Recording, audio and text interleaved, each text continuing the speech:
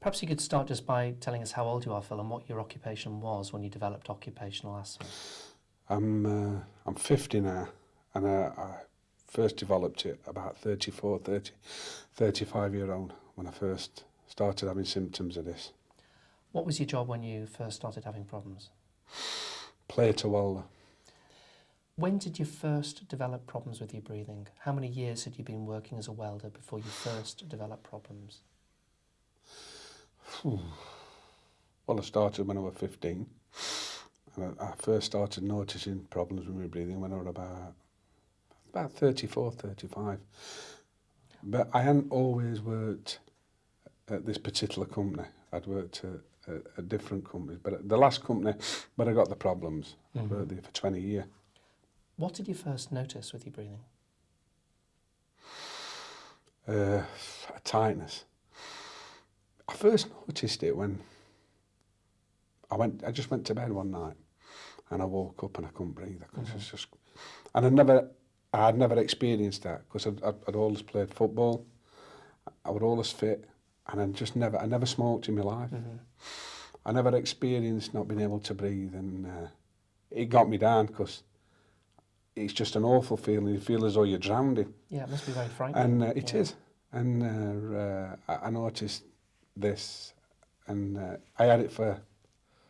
I just had it for about a week before I decided to go to the doctors with it. Right, so you went to your family doctor. I went to my GP. What happened to you after the diagnosis was made? You had to stop working, didn't you?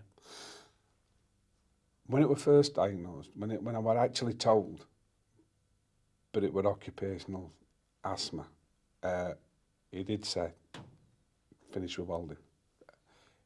But he said to me, finish with stainless steel welding. It's stainless steel what's causing you this problem. So I just went and got a job welding mild steel. When did you give up completely welding? Because when did he give up? 1992.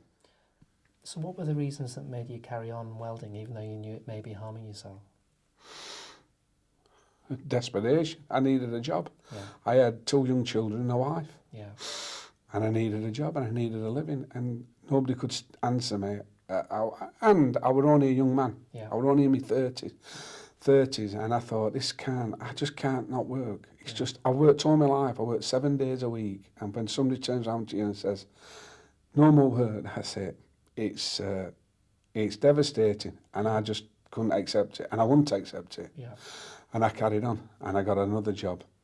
But it was really getting to a stage where I was having 4 and 5 inhalers a month, and then it started. Then doctors started to think, there's something wrong with you. There's something really wrong. You shouldn't be having this. So I presume you stopped working pretty much around that time. Yeah. What did happen to your breathing over the months and years after you stopped being a welder? Well, when I was when I was away from it, I felt better. I did feel better when I was away, but I'd been at it for that long. The damage was too far. I damaged myself because I carried on. But I did feel a lot better. But it never went away then. It was just with me all the time. So what do you like now, Phil? What could you do on the flats, for example, in terms of walking? 50 yard. Okay. 50 yard, and then I have to use my inhaler. And what about a flight of stairs? Oh no. Well, I can. Or any incline. Very difficult now. It seems to have gradually got worse as I've got older, and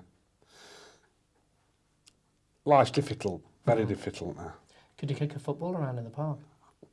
No, I couldn't, and I missed all. I could never run around with my 2 daughters in park when I'd got it. So what you're saying is it actually quite dramatically affected your family life? Yeah, it did. Affected my family life, my social life, me financially. It I'm not saying it ruined me, but it sent me back a lot, Luckily, my wife took a part-time job, and that helped us to go. And very fortunate. My own doctor told me to claim certain benefits, which I didn't want to claim. Yeah. Disability, living allowance, I won't claim it. And he had my wife, he phoned my wife up and I'd heard him. And he told her he must claim this is what it's for. But I didn't want to claim it. I've pretty much finished my questions, but are there any other thoughts that you've got yourself that you'd like to tell us about that have cropped up? I think the compensation system for people with industrial disease is awful, it's terrible. I think they make people jump through hoops, and it takes far, far too long. And when I actually got to the stage where I got to the doors at Manchester High Court, and they settled it, and they admitted it. And then the judge said, even though they'd admitted it, the judge said Mr. Hyde should never have had to wait 6 years for this. You knew. So they kept us going, kept me going. They were hoping, like they do with a lot of people in my position, you're going to die. That's what they're hoping, really. I'm going to die before I get my money. You must feel fairly angry and aggrieved, however, that a young man is placed in a position of being very short of breath, even at rest, from Bitter. workplace exposures. Very bitter.